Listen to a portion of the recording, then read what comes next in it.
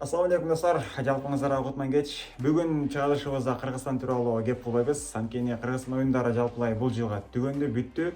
Эми буюрса 2025-жылда алдыңкы жылдарыбызда Кыргызстан оюндары старт алат март айларынан баштап.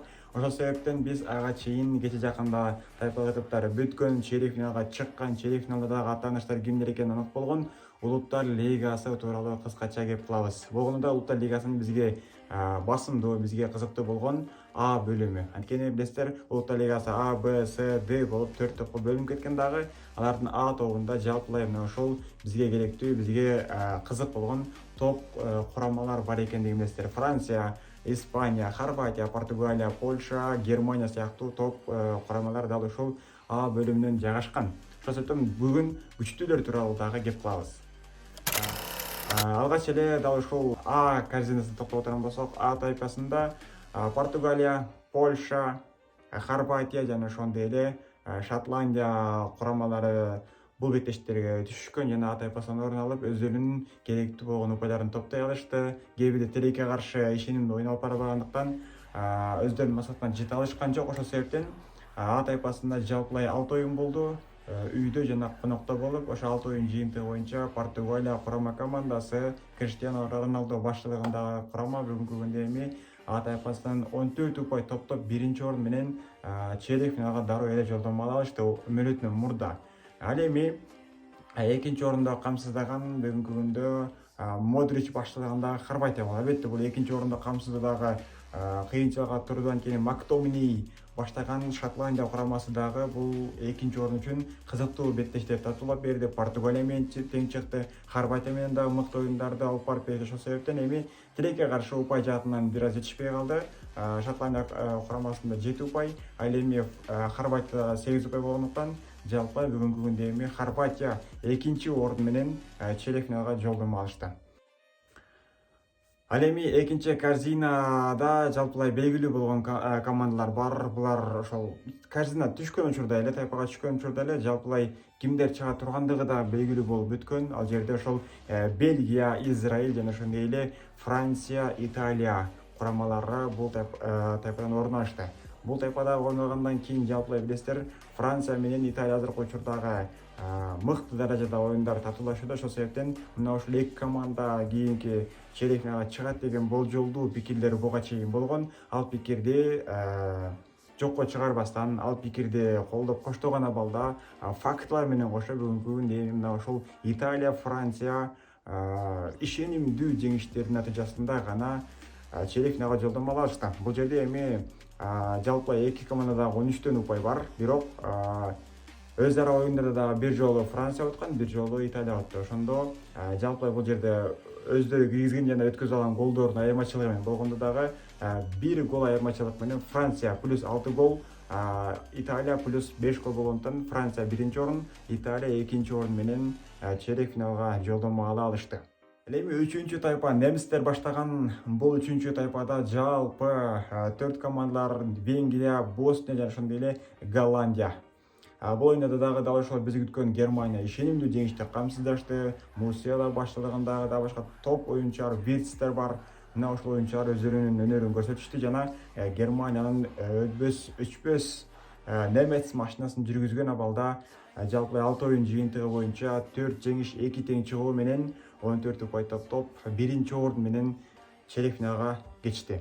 Ал эми экинчи орунда дал ошол Голландия менен Венгрия өз аракет кылып көрүштү, бирок тажрыйбага салып бул жерде Голландия курама командасы 9 упай менен экинчи орун менен гана Германия артынан чейрек финалга чыгып кетти.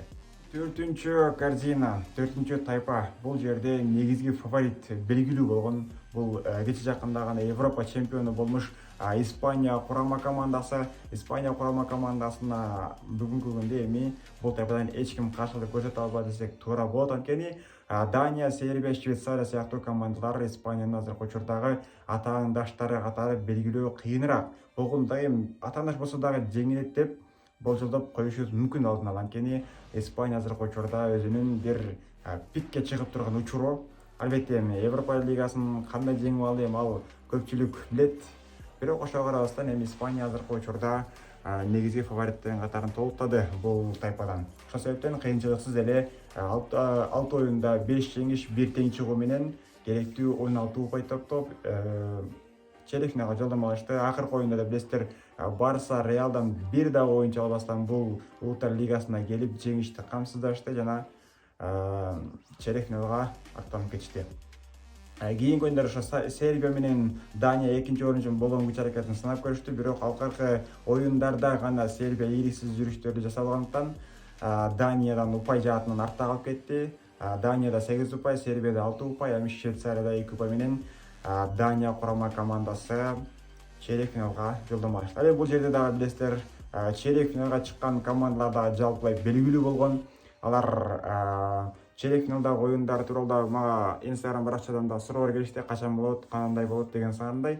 Бул чейрек финалдык оюндар жалпылай билесиздер 2025-жылдын март айында башталат. Алгачкы оюндар 21-март күнү болсо, жооптук беттештер арадан 3 күн өтүп 24-март кечесинде орундалат. Ал эми чейрек финалдагы каршылаштар ким болду? Алгач эле Испания Нидерландияга каршы беттеш алып барат, Франция Хорватияга каршы, Португалия Данияга каршы, ал эми Германия Италияга каршы мыкты бир эрүүлдөр тартуулап берет деген ишеним бар. Ал эми сетка жаатына келе турган болсок, Италия Германия жеңүүчүсү, Португалия Дания жеңүүчүсүнө каршы ойноо алып барышат. Ал эми Испания Голландиянын жеңүүчүсү, Хорватия Франция жеңүүчүсү менен жарым финалда өз ара финал үчүн беттеш алып барышат. Негизде жалпылай ушундай окуялар орундалды. Бул турнирде негизги бомбардир жалпыңыздар билесиздер, 5 оюнда 5 гол жарата алган португалиялык Криштиану Роналду бомбардир сап башында келе жатат достор. Негизде мына ушундай кыскача обзор болду. Кооз алган жокмун достор, кечиресиздер, видеолорду кошо алган жокмун, анткени видеону кошо турган болсок автордук укук деп биздин бул видеобузду YouTube'дан блоктоп коюшу мүмкүн. Буга чейин да блоктонгон. Ошол себептен сүрөттөр аркылуу сиздер менен бөлүшүүнү туура көрдүм. Ал үчүн таарынбайсыздар, ошого карабастан дагы мени колдоп коштоп бересиз деген ишеним бар.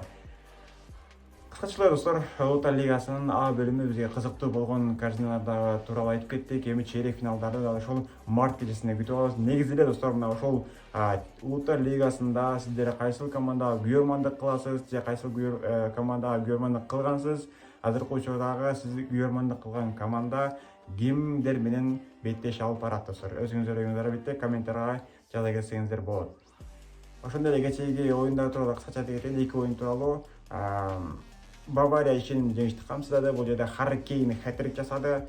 Бул жерден Баварияны токтотуш кыйын болуп калды. Бул жагына кайрадан немец машинасы Бавария бензини менен алдыга чыгып бара жатат деген пикир айтып калтырсак болот. Ал эми Саудия Про Лигасында болсо, Роналдо башталыгындагы Португалия Кадисияга жеңилип калды. Албетте Кадисияда жөнөкөй команда эмес экендигин кече көрсөттү. Алгач Криштиану Роналдо гол жараткан болсо, Кадисия командасы клубу ага каршы 2 голдук жооп менен кайтарып берди. Бул жерде экинчи голду, жеңиш голун Пьер-Эмерик Абамеян кийгизди достор. Шентип жалпылай 22 упай топтоп Кадисия дагы жогору көтөрүлүп алды. Аль Насср 3-чү орунда 22 упай менен калды. Дал ошондой достор, кызыктуу беттештер ушуну менен жыйынтыгат. Ошол себептен кыскача обзор болду. Ошону таарынбайсыздар. Буюрса кийинки эфирде көрүшкөнгө чейин ассаламу алейкум.